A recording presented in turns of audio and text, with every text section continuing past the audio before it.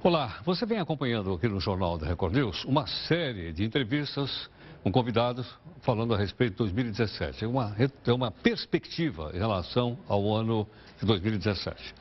Hoje, nós vamos conversar um pouco a respeito das relações de negócios, uma relação comercial entre o Brasil e Estados Unidos. Para isso, nós convidamos aqui a presidente da Câmara Americana Brasileira de Comércio, que é a Débora Vieitas, que está aqui conosco. Ela é CEO da AmCham.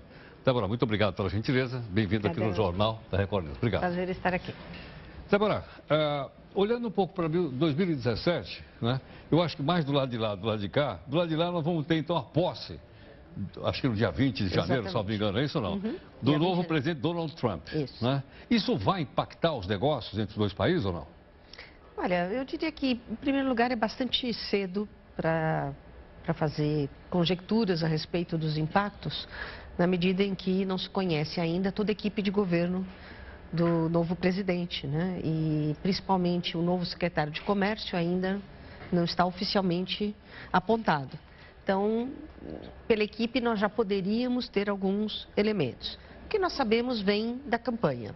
Então, na campanha, o Donald Trump afirmou que não daria prosseguimento à grande parceria que o Obama estruturou entre 12 países que são banhados pelo Oceano Pacífico e que representam 40% do PIB mundial.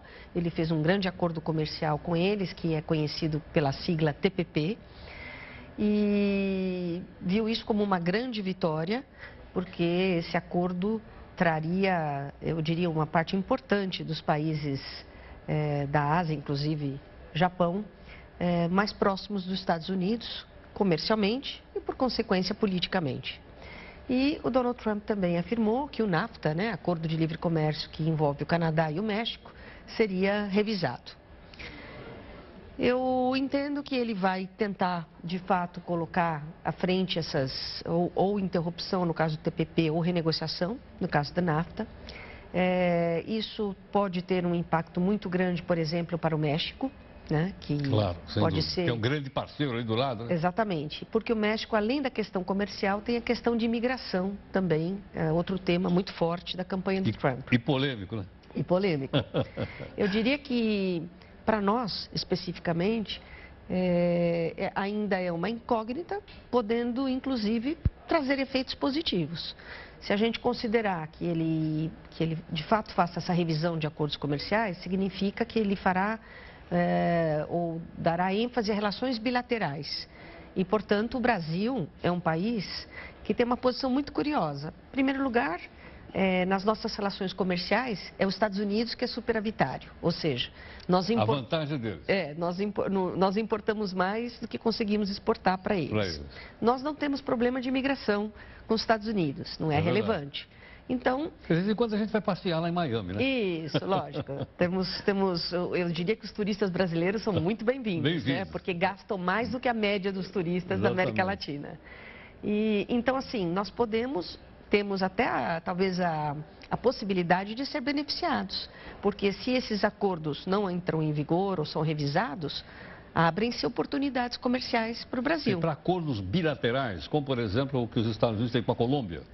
Por exemplo. É um exemplo. É um exemplo, sem dúvida. Porque nós, no caso brasileiro, nós temos alguns acordos bilaterais, mas não são com países do porte dos Estados Unidos, né? Com um potencial mercado que os Estados Unidos têm. Agora, Débora, a gente sabe também que muda o presidente, obviamente, muda o ministro do Comércio, mas os Estados Unidos é um país do comércio, né? Sem dúvida. Ele vem pregando o liberalismo comercial, acho que desde a época do Woodrow Wilson, né? Vem batendo forte essa ideia de que o comércio mundial deve ser aberto. Dentro desse cenário, existem as empresas, de uma maneira geral. E as empresas querem vender, querem comprar. Sem dúvida. Você acha que pode mexer com esse fluxo de empresas norte-americanas no Brasil ou essa questão não vai mexer com? Olha, eu não acredito em nenhuma alteração do que é hoje, eu diria, o volume de empresas americanas atuando no Brasil e das brasileiras atuando nos Estados Unidos. Eu acho que se tiver alguma mudança, será para crescimento, né? Eu acho que hoje o nosso volume de comércio, apesar dos Estados Unidos ser nosso segundo parceiro comercial, ainda tem um espaço de crescimento tão relevante né? É muito pouco, né? Nós representamos menos do que 2% das exportações americanas. Então, eles também veem o espaço de crescer. Quantos países com um mercado interno com 200 milhões de consumidores e que seja uma democracia e que funcione razoavelmente bem como nós funcionamos, existem no mundo? Agora, Débora, no passado, os Estados Unidos reclamaram muito que nós somos um país protecionista. Desconfio até que lá na Organização Mundial do Comércio eles devem, né, ter participado lá de já uma decisão. Agora, é fato isso? Quer dizer, nós colocamos barreiras mesmo para alguns produtos americanos ou naquele ímpeto de trazer a fábrica para cá, né, para produzir aqui e não importar, por exemplo, na cadeia mundial de produtos, entre elas os Estados Unidos? Tem dois lados da resposta. Do ponto de vista do Brasil, nós vivemos, durante as décadas passadas, um momento onde o Brasil quis preservar muito o seu mercado. Vamos dar um exemplo, quando nós tínhamos a reserva da informática, né? Me lembro. Então, nós tínhamos uma reserva de informática que impedia a importação de equipamentos, certos equipamentos de informática, que resultou para o Brasil num atraso muito grande nesse setor, até que o setor foi liberalizado. Então, de vez em quando, de fato, na história brasileira, nós tivemos períodos e setores que foram protegidos. Não é incomum na história dos países, né? Os países que tentam conceder, eu diria, às empresas locais um prazo de adaptação à competição internacional. Mas eu acho que, de fato, onde existe competição nossa com os Estados Unidos, é diretamente no agronegócio, né? Nós somos um país muito competitivo no agronegócio. Com os Estados Unidos, nós temos competição na soja, no milho, no algodão e também na carne. Recentemente, nós tivemos uma notícia muito boa para o Brasil.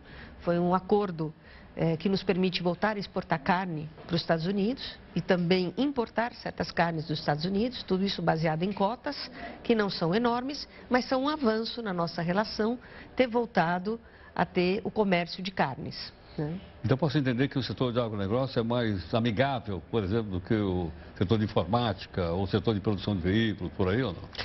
Não, eu diria que é um setor onde, de fato, nós temos uma competição direta com os Estados Unidos, mas o lado bem interessante da nossa relação comercial com os Estados Unidos é que é o país para o qual nós exportamos mais manufaturados do que commodities. Então, eu acho que isso mostra que... Por exemplo, o que a gente exporta? Avião? Eles compram bem avião da Embraer, talvez. Compram aviões, compram óleos lubrificantes.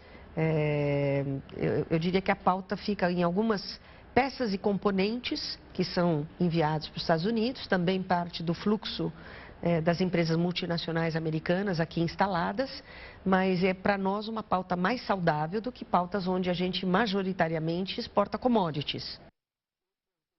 Como o presidente Trump diz que quer criar emprego nos Estados Unidos, eu acho que inclusive já li alguma coisa que alguma fábrica lá ia sair de lá, nem tem na CNN. Isso, né? É isso. Né? Vai sair daqui, mas não vai mais, vai preservar 1000 empregos aqui, porque isso. A fábrica não vai sair. Foi uma fábrica de ar-condicionados. Agora, uma multinacional americana produzindo no Brasil. E aí, como é que vai ser? Olha, eu penso o seguinte, o Brasil, poucos sabem isso, hoje já gera nos Estados Unidos quase 200 mil empregos. Então, só para dar um exemplo concreto, o grupo JBS, que produz carnes, tem várias empresas nos Estados Unidos, entre elas, por exemplo, a Swift, e ele é gerador nos Estados Unidos de 70 mil empregos, somente um grupo. Nós temos a Embraer, que também tem produção nos Estados Unidos. Então, nós temos grandes grupos brasileiros que são geradores de emprego lá. Então, eu acho que na balança dos empregos, óbvio que as multinacionais americanas representam um conjunto maior de investimentos. Eu li uma estatística recente que fala em algo como geração de 600 mil empregos no Brasil, mas o Brasil também tem a sua contribuição para o emprego nos Estados Unidos. Bom, olhando um pouco para frente, então, eu posso entender que nós estamos em uma situação, você sabe, um pouco desconfortável em relação ao nosso produto interno bruto, né? Nós tínhamos esperança que crescesse 2%, aí disseram para a gente que era 1,6%, aí o governo diz, não, é um pouco menos, é 1%, agora estou vendo que é menos de 1%. Tá? Eu pergunto, isso cria uma expectativa também pessimista das empresas americanas instaladas no Brasil? Olha, eu acredito que não. O que eu escuto dos nossos associados, americanos e não americanos, é o entendimento de que este é mais um momento na vida de um país em desenvolvimento. E que é um momento... Nós vamos indo para o terceiro ano, né? É um momento de baixo crescimento. Nós vamos indo para o terceiro ano. Sem dúvida. É um momento de baixo crescimento por razões internas, mas nós temos que considerar que o mundo também não está crescendo a uma velocidade tão grande assim. Nós temos alguns países que têm tido mais sucesso. É o caso, por exemplo, da Índia, que tem crescido a quase 7% ao ano, o seu produto interno bruto. Mas eu diria que o mundo está num período de baixo crescimento. E agora eu acho que a grande locomotiva pode ser os Estados Unidos, né? Eles já estão crescendo a uma velocidade bastante interessante, né? Mais se aproximando de 3% do PIB ao ano. Então, quem sabe, os Estados Unidos, com as políticas que o Trump quer fazer de investimentos em infraestrutura, ele fala de investimentos muito importantes, da ordem de 500 bilhões de dólares nos próximos anos, ele possa, com o crescimento dos Estados Unidos, até trazer, eu diria, consequências positivas para o resto do mundo. E por que não para nós, que estamos, eu diria, Agora, outra nas coisa Américas. que me intrigou foi ele ter feito críticas à globalização. Haja vista que ela nasceu nos Estados Unidos. A partir daí, espalhou pelo mundo. Alguns lugares não pegaram, né? Tiveram a economia acelerada por causa da globalização. Citou a Índia, caso da China, caso da Singapura, caso da Coreia do Sul e vai por aí afora. Quer dizer, como é que eu vou botar um breque, né, em alguma coisa que foi gerada dentro dos Estados Unidos? Em primeiro lugar, eu acho que a globalização é irreversível. Ou seja, as cadeias de produção no mundo se distribuíram de forma que a produção aconteça nos países onde é mais barato produzir. Então, 28% da produção industrial do mundo acontece na Ásia. E eu acho que dificilmente nós vamos conseguir reverter, porque o custo do trabalhador nos Estados Unidos não vai diminuir, nem o custo do trabalhador em outros lugares. Então, o que eu acho é que os grandes líderes, na verdade, não conseguiram, digamos, trazer uma transição menos dolorosa nos países que foram perdendo a produção e que viram parte da sua população economicamente ativa ficar sem emprego.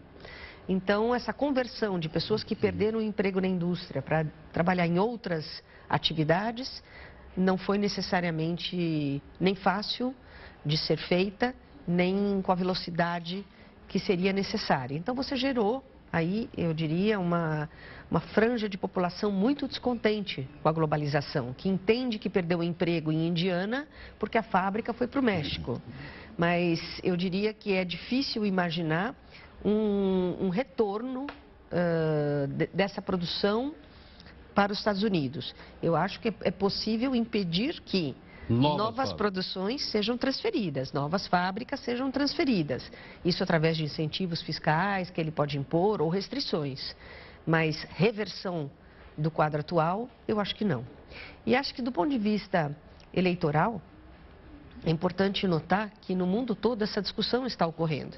Ela ocorreu nos Estados Unidos, mas ela vai acontecer na Alemanha no ano que vem, na França no ano que vem. Então, é uma grande discussão sobre como integrar aqueles que perdem ou perderam no processo da globalização. O que também é uma discussão para o Brasil. Nós temos hoje 12 milhões de desempregados. Um pouco fruto da globalização, um pouco fruto da nossa recessão econômica, mas como essas pessoas vão voltar a integrar o mercado de trabalho num país que a previsão de crescimento para o ano que vem é de 1% do PIB. E outra coisa interessante que você estava lembrando, quer dizer, esse processo não tem volta, né? A dinâmica histórica está acelerada, né? Não volta atrás, como não voltou a Revolução Industrial para trás, como as grandes navegações também não voltaram para trás. Quer dizer, uma vez ativado o processo, ele vai lá e não sabemos o que vamos encontrar, mas ele é um processo que não volta. É verdade. Certamente eles devem estar pensando nisso, né? Estrategista bom eles têm, né? Até para ficar olhando para a China, que eu li recentemente um relatório dizendo que em 10 anos a China poderia superar os Estados Unidos como a primeira grande potência do mundo. Não, é impossível, né? É só lembrar que durante a sua campanha, o Trump também disse que imporia tarifas muito maiores às importações provenientes da China. Chegou a mencionar tarifas de 45% para importação da China. Agora, o fato é que boa parte da produção da China que vem aos Estados Unidos é feita também por empresas americanas estabelecidas lá. Por exemplo, o iPhone. Pois é. Então, eu diria que nem sempre a gente conquista todos os efeitos desejados com barreiras tarifárias.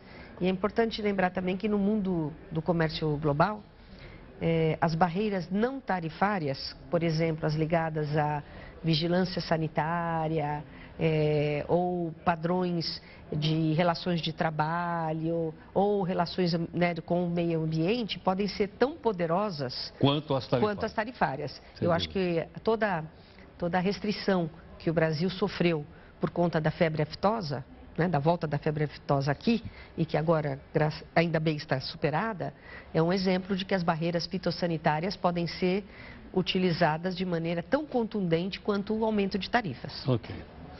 Débora, obrigado pela sua gentileza, Um prazer em recebê-la aqui no Jornal. Muito obrigada pela oportunidade. oportunidade. Bom, você que está nos acompanhando aqui no Jornal da Record News, né? Você ouviu então aqui mais uma participação interessante para a gente conhecer um pouco mais as relações internacionais do Brasil com o nosso segundo maior parceiro de comércio, como a Débora falou agora há pouquinho, que é a presença então da CEO da AmCham, da Câmara Americana de Comércio, que é a Débora Vietas aqui conosco.